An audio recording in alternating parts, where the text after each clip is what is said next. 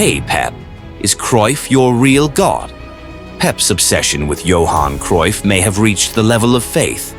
Okay, the style of football you've imbibed from your lord may have earned you a few accolades. But remember, not everyone likes your style of football, Pep. They're trying to fight you.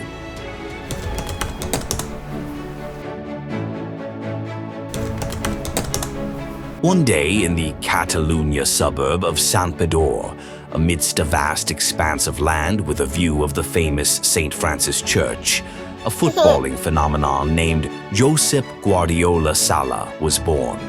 Born to a stone coolie father and a housewife mother, Guardiola lived a life of simplicity. Although not from a footballing family, from an early age the saying, "the ball is your friend," was synonymous with him. Little Pep used to leave the house just to play ball in the field near the house. There, Pep Little expressed his joy. Seeing his son happy playing football, it was not uncommon for his father's salary to be set aside to buy a new ball for Pep at Christmas. Pep was thrilled when he received the gift of a new ball. He would always bring his ball wherever he went, like a child in general who seems to want to show off to his friends.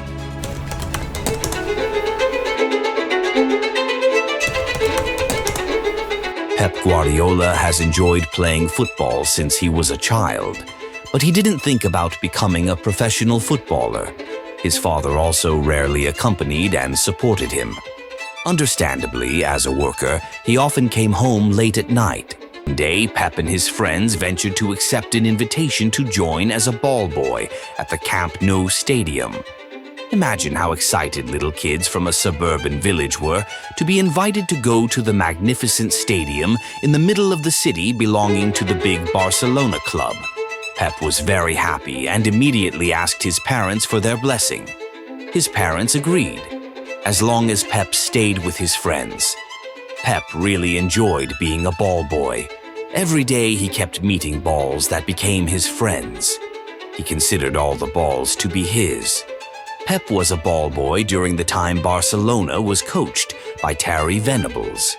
There was a moment when a 14-year-old Pep was caught on camera clapping next to coach Terry Venables while celebrating a Champions Cup semi-final win in 1986. After a year as a ball boy, Pep and his friends were invited to join Barcelona's youth academy. Pep was touched and immediately told his parents the good news. Pep, who had only been able to observe players from the sidelines for days, was finally given the opportunity to train. This is where Pep's football began to be honed. Pep began to think about how to process the round skin well.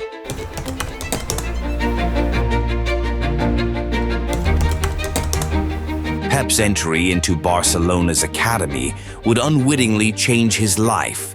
This is where he began to intersect with the ideas of Johan Cruyff. But who would have thought before being infatuated with Cruyff, Pep had many posters of Michel Platini, a player he also idolized as a child. Pep's father said that Platini's posters were neatly displayed on the walls of his bedroom. But Pep was annoyed with his idol. When he was a ball boy, Pep was rejected by Platini when he tried to ask for an autograph. His meeting with Cruyff in 1988 made him turn away from Platini. The impression of enthusiasm, love, admiration is what Pep felt when he first met Cruyff. Cruyff at that time talked a lot to Pep. He gave advice and motivation on how to understand football well.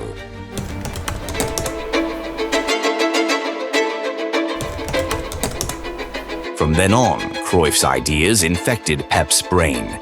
Pep, who is growing into a footballer, his mind is always haunted by Cruyff's doctrine.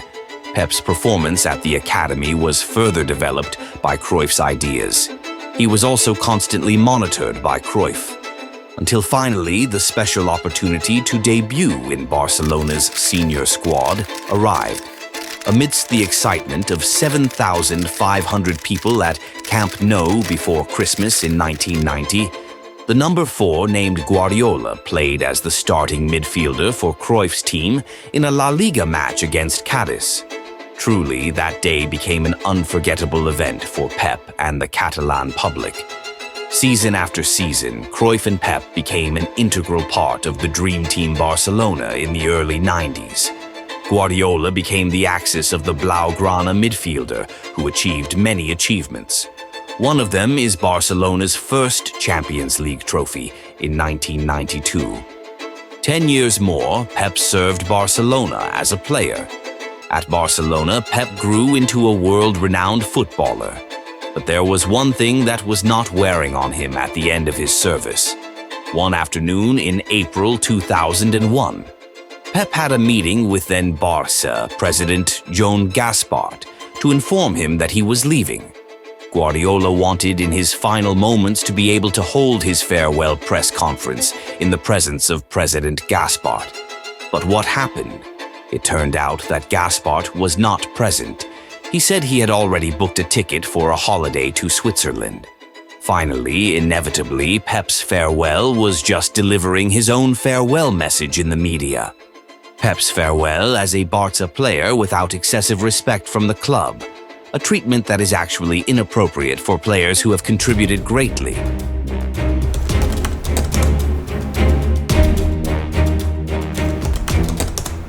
It was Pep's first stain on his football career. Yes, the story of his journey at Barcelona as a player has closed the book.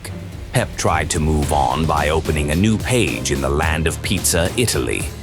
Brescia, a Serie A seminary club, became Pep's new port. His arrival to Brescia, none other than because Pep wanted his playing minutes to be maintained in order to enter the Spanish national team at the 2002 World Cup. In addition, Roberto Baggio was Pep's next reason. Pep really wanted to play with the long Italian striker.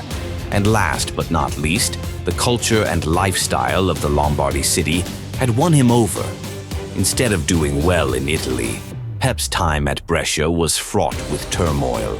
Just a few months after setting foot in Italy, the midfielder tested positive for the steroid nandrolone. Despite vehemently protesting his innocence, Pep was eventually handed a 4-month ban from football.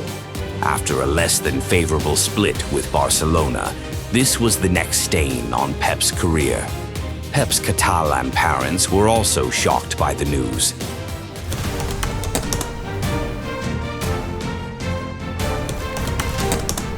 The case did not necessarily make Pep afraid to leave Italy. His love of life in the land of the Tower of Pisa grew when he joined the capital club AS Roma. Pep was well received by Roma president Franco Sensi. However, not for Roma coach at that time, Fabio Capello. Pep was a purchase that Capello did not want. The game that Capello will apply in Rome does not require the role of players like Pep. Capello was really cruel to Pep. He marginalized Pep from the Giallorossi main squad. Pep also felt offended. He even said that the Olimpico bench was better than the grass. Rejecting Manchester CP's experience in Italy with these two unfortunate events led him to actually lift his suitcase from Italy in 2003. He secretly followed in the footsteps of Gabriel Batistuta, the former Roma striker who moved to the Qatar League. Flying to the oil country to join Al Ahly SC was Pep's ninja path in his prime as a player. There he was given respect and a decent salary. Pep's service period at Al Ahly did run up to 2 years. But there is one unique story when his service period in Qatar ended in 2005. Yasser said, Pep's friend when in Qatar. Pep had participated in a trial as a Manchester City player. Pep has even trained with the Citizens' Direction. However, the contract promised by City to Pep was only 6 months, making the attitude of this Sampdoria-born man reversed. Sure enough, Pep chose to take a break from the hustle and bustle of football in 2005. Pep didn't choose to retire. In his old age, Pep still wanted to play football, which had been his passion since childhood.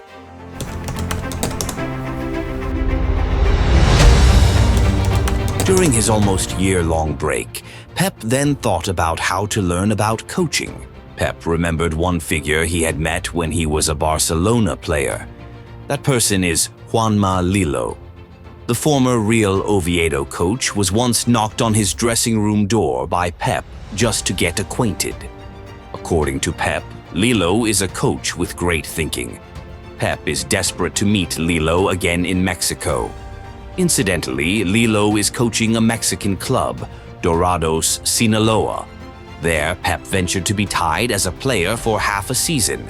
This was considered to tarnish the career he had built as a player, because the Dorados club only competes in the Mexican third division. For Pep, who cares? The important thing is that he can reap as much knowledge as possible from Lilo. Pep wants to be trained directly by Lilo. He wants to learn how to be a good coach.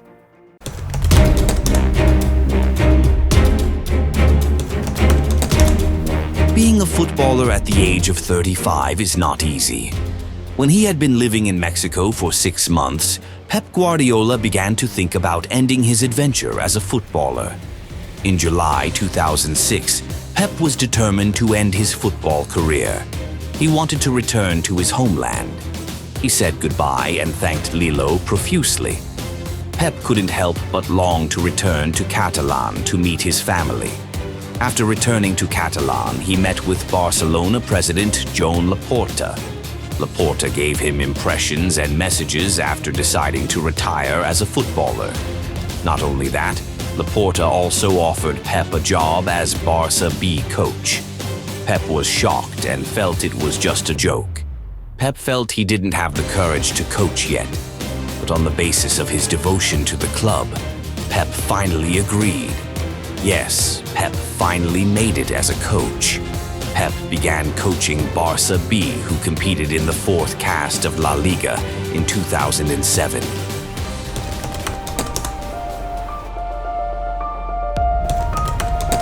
Barca B under Pep won 7 of their first 10 matches. But not only results are seen, some of the fundamentals of the way Pep coaches are seriously considered by Barca management, such as building attacks from below and in terms of ball possession. As a coach, Pep is also constantly monitored from afar by Johan Cruyff. A year passed. There was a less conducive situation at senior Barcelona. Frank Rijkaard's fate is on the line. The dismissal of the Dutch coach became increasingly apparent with a series of disappointing results in the 2007-08 season. The Barca board immediately held a meeting to prepare a successor coach. Uniquely, the majority of the board wanted Jose Mourinho. The board wanted Mou because they wanted to get quick results to get up. Hearing this, Johan Cruyff, who participated in the meeting, immediately stood up and spoke. It's good to want to appoint Mourinho when Barcelona still has Pep Guardiola. With his observations at Barca B, Cruyff immediately offered Pep Guardiola's name. He believes that his protege is able to simply continue Rijkaard's work. Cruyff also ventured to lobby Laporta, because after all, Laporta is the highest authority to decide the Barca coach. Yes, finally, Laporta obeyed what Cruyff said. Laporta decided to appoint Pep Guardiola as Barca's new skipper in 2008 to replace Rijkaard.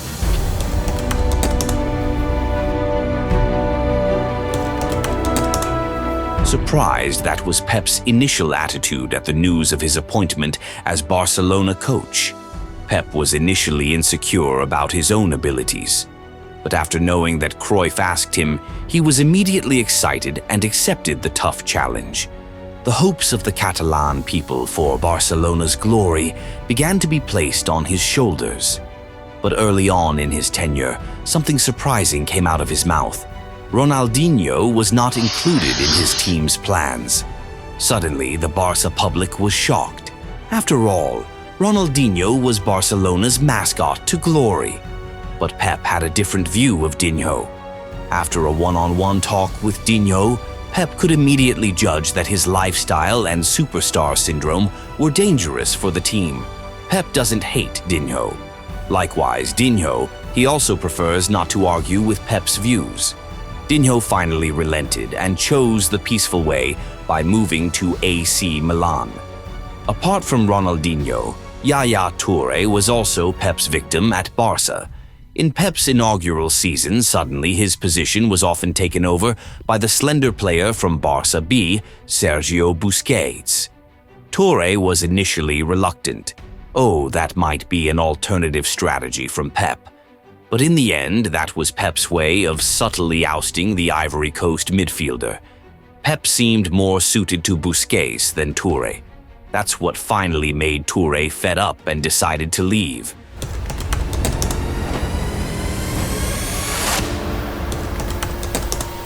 Yes, it was a risky debut season for Pep. In the midst of his brutal policies, if the results were not convincing, it could be fatal. But Cruyff's belief was never wrong. Pep can really prove that he is one of the world's great coaches. 2009 was a special year for him. The sextuple title is a sign of a debut that is not canned. Indeed, this achievement was unexpected. As well as being the king of the Matador with a number of titles, Barcelona's second Champions League was also a success. Pep won it on Roman soil, a land where Pep had been dumped by Capello as a player. The year 2010 arrived. The world began to challenge Pep's dominance. Like a movie, the antagonist finally appeared. He was José Mourinho, Inter Milan coach at the time. Mourinho is present as the antithesis of the football played by Pep. The parking bus defensive style when he met Pep in the 2010 Champions League second leg semi-final was the beginning of Mourinho's resistance. Mourinho successfully became an asshole in that match. Pep was also frustrated by Mourinho's arrogance, celebrating Inter's victory. The Portuguese coach innocently ran around the Camp Nou with a one-finger gesture in his mouth.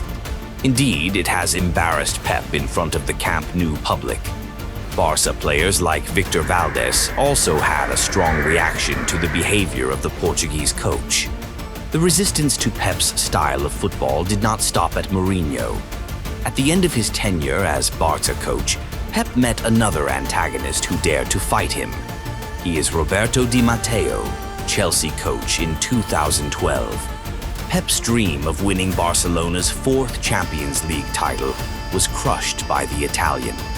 Through total defense in the second leg of the 2012 Champions League semi-final, the Blues were able to silence the entire Camp Nou. Yes, Pep's last season at Camp Nou was unwittingly tarnished by the stain made by Di Matteo.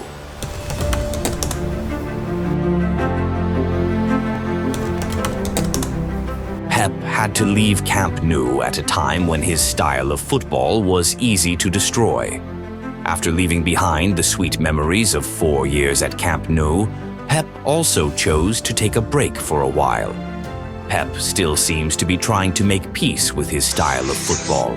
Pep had said that his tiki-taka style was dead. He doesn't even want to be called a coach with that style anymore. A year passed. In 2013, Pep woke up from his break. However, he needed a new challenge. Offers from several clubs came in. One of them is from the German giants, Bayern Munich. Yes, coaching in Germany is a new challenge for Pep. So without thinking long, Pep agreed to accept the project to train Die Roten. Pep also wants to prove whether his style of football can still triumph in Hitler's land. Munich has changed since Pep took charge. Ball possession, short passes, tempo play, and building attacks from below slowly became Die Roten's new style of play. Previously, Munich played more result football, where physical strength and pressing intensity are very dominant things. The change actually had a good impact on Munich. The Bundesliga hat-trick title is proof. Most of the Munich players were affected.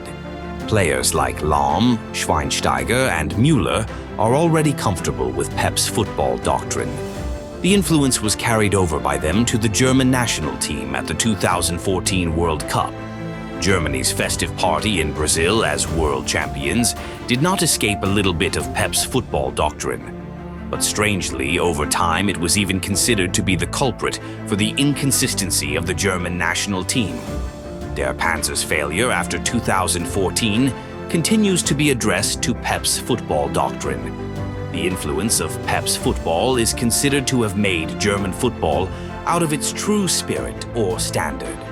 Schweinsteiger once said that the spirit of German football, which has a fighting spirit and relies on physical energy, has begun to disappear.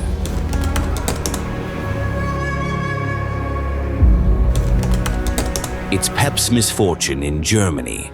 Apart from being accused of being the culprit for the failure of German football, he was also labeled as a failed coach. The reason is, Die Roten, under his leadership, always failed to embrace the Champions League crown. The Munich public always compares the Pep era with the Jupp Heynckes era, when they were able to win the Champions League title. Not only that, Pep was antagonized by the Munich team doctor named Hans Wilhelm Müller-Wohlfahrt.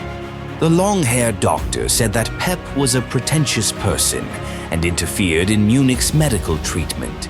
Thanks to the dispute, the doctor finally chose to resign. Surprisingly, Pep was blamed for the doctor's resignation. Pep finally dared to speak up.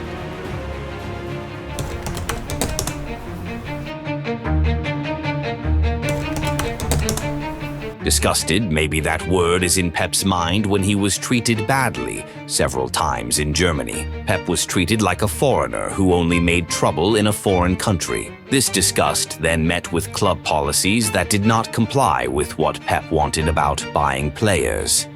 Yes, finally, those two factors made Pep choose to leave Munich in 2016. July 2016, rich club Manchester City appeared with the desire to sign Pep.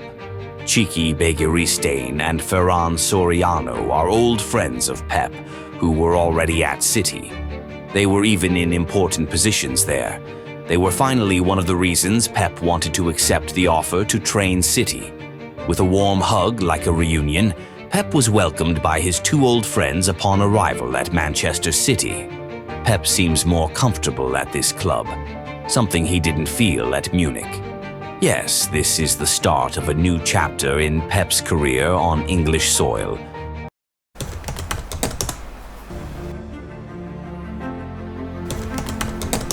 Being at a club with the full support of a wealthy owner and friends who understand what he wants, Pep feels at home. Pep's resilience was shown in his service period. 8 years Pep has coached City, the longest period for Pep to coach a club. Title after title, record after record, he has achieved everything at the Citizens. One of them is, of course, the Champions League title. After being considered cursed to never win the Champions League, Pep Guardiola finally proved he could win it. Pep's career with City is perfect. Pep Guardiola has achieved everything at Manchester City. He was also made comfortable at the Etihad. But while he was enjoying a period of success at the Etihad Stadium, problems still undermined him. That's right, Manchester City are accused of 115 financial offenses and could be severely punished if guilty. City have also become a common enemy for clubs who want justice regarding financial transparency. Pep feels guilty. He had rebelled against the owner about this case. Even if the owner lied about this case, he threatened to leave. For Pep, the long and tiring journey in his football career, he wants to end not with problems like this. Pep is still human after all. The only difference may be his passion and lust for football. If there was no passion for the ball since childhood, there is no way Pep could be this phenomenal in conquering football. However, Pep Guardiola needs to remember the words of Johan Cruyff. As a former player and coach, no matter how great, it's just a sweet list that will have an end.